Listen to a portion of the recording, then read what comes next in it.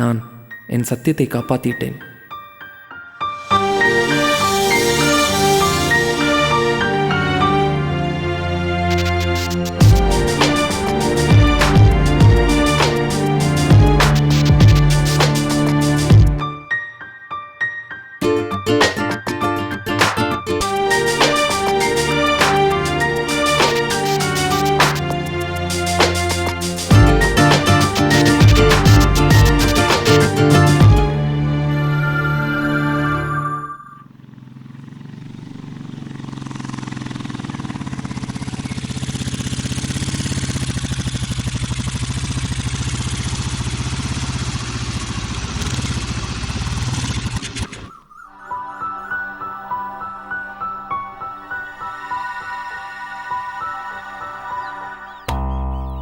ആരാ നീ? എന്താ ഇമ്മാതിരി ഡ്രസ്സൊക്കെ ഇട്ട് ഇവിടെ കിടന്ന് പറയുന്നത്? இல்லை சார், நான் சென்னையிலேருந்து இப்போ தான் ட்ரெயினில் வந்தேன். ഓ തമിഴാ? சரி டிக்கெட்டே கொடு. அதே கல்றா.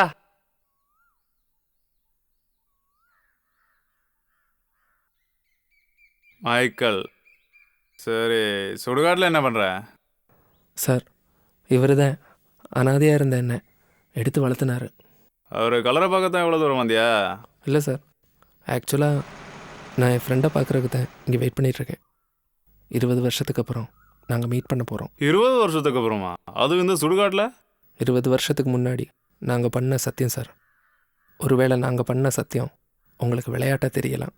பரவாயில்ல, இவங்க கதை கொஞ்சம் இன்ட்ரெஸ்டிங்காக தான் போகுது. உட்காரு, சும்மா உட்காரையா.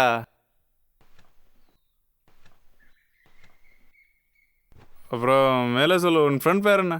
ஆண்டனி. இந்த ஜோன் சார் தான் கோவில்பட்டியில் அனாதையாக இருந்த எங்கள் 2 பேரையும் இங்கே கூட்டிக்கின்னு வந்தது. ஆமாம் ஆமாம், இவரை பற்றி அந்த மாதிரி கதைகள் ரொம்ப கேட்டிருக்கேன். ஆனால் அவர் இருந்ததுக்கப்புறம் நாங்கள் மீண்டும் அனாதை ஆகிட்டோம். ஆர்ஃபனேஜில் என்னால் வாழ முடியல. லைஃப்பில் ஏதாவது பெருசாக சாதிக்கணுங்கிறத ஆசையாக இருந்தது.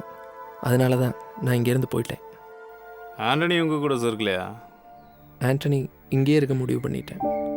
அதனால் 20 வருஷத்துக்கு அப்புறம் இதே நாளில் காலையில் 10 மணிக்கு இங்கே மீட் பண்ணுறோம்னு ஜோன் சார் கல்லறைக்கு முன்னால் சத்தியம் பண்ணிட்டோம். அப்படியா? உங்கள்கிட்ட சிகரெட் இருந்தால் கொஞ்சம் கொடு. ஆண்டனி எப்போவுமே ரொம்ப நேர்மையும் நம்பிக்கையானவன் தான். இப்போ நான் வரலைன்னா கூட அவன் உயிரோடு இருந்தா கண்டிப்பாக என்னை பார்க்க வருவேன்னு எனக்கு தெரியும் சார். அப்போ இந்த 20 வருஷத்தில் நீ உன் ஃப்ரெண்டை பற்றி விசாரிக்கவே இல்லையா? ஒரு 2-3 வருஷம் வரைக்கும் காண்டாக்டில் தான் இருந்தேன். அதுக்கப்புறம் நான் என் வேலையில் பிஸி ஆகிட்டேன். 10 மணிக்கு இன்னும் 3 நிமிஷம் தான் இருக்கு. ஆமாம் சார், அன்னைக்கு இந்த மாதிரி ஒரு 10 மணிக்கு தான் நாங்கள் பிரிஞ்சோம். அப்போ அவனுக்கு 10 வயசு இருக்கும், எனக்கு 8. ஓகே, நீ நினச்ச மாதிரி இந்த 3 நிமிஷத்தில் உன் ஃப்ரெண்ட் ஒன்று பார்க்க வரட்டும். அப்போ சரி, நான் கிளம்புறேன். 10 மணிக்கு அவன் வரலேன்னா ஒரு அரை மணி நேரம் நான் அவனுக்கு அடிஷ்னலாக கொடுப்பேன். அதுக்கப்புறம் அவன் வரலேன்னா இல்லை, அவன் கண்டிப்பாக வருவேன் சார். அப்படி நடக்கட்டும். பாய் ஆஃபீஸர்.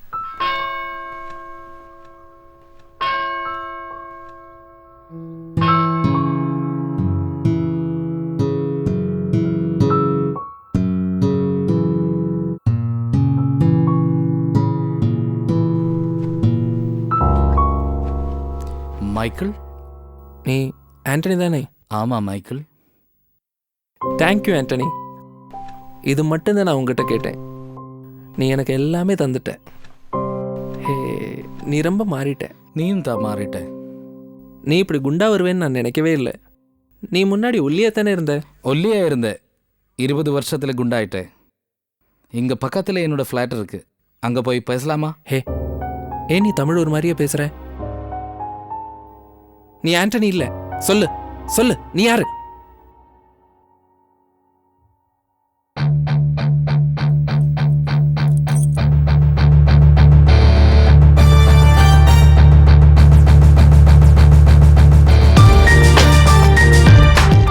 இருபது வருஷத்துக்கு அப்புறம் என் நண்பனை பார்க்கத்தான் நான் வந்தேன்.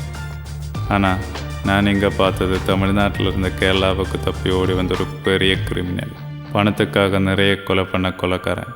ஆனால் உன்னை அரெஸ்ட் பண்ண என்னால் முடியல. அதனால தான் போய் ஒரு ஆஃபீஸர்கிட்ட உன்னை மாட்டி விட்டேன். தப்பிக்கலன்னு நினைக்க வேண்டாம். இந்த செமித்தேரி சுட்டும் போலீஸ் இருக்கு. இல்லை சார், எனக்கு ஒரு ரிக்வெஸ்ட் இருக்குது. கொஞ்ச நேரம் முடிஞ்சு என்னை கூட்டிகிட்டு போங்க. என் ஃப்ரெண்டு வருவான், எனக்கு அவனை பார்க்கணும். முடியாது.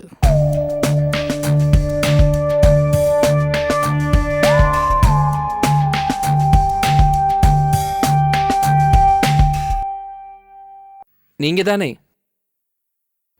தானே என்னை மாட்டி விட்டது. ஆனால் ஒரு ஹெல்ப் கண்டிப்பாக எனக்காக பண்ணணும்.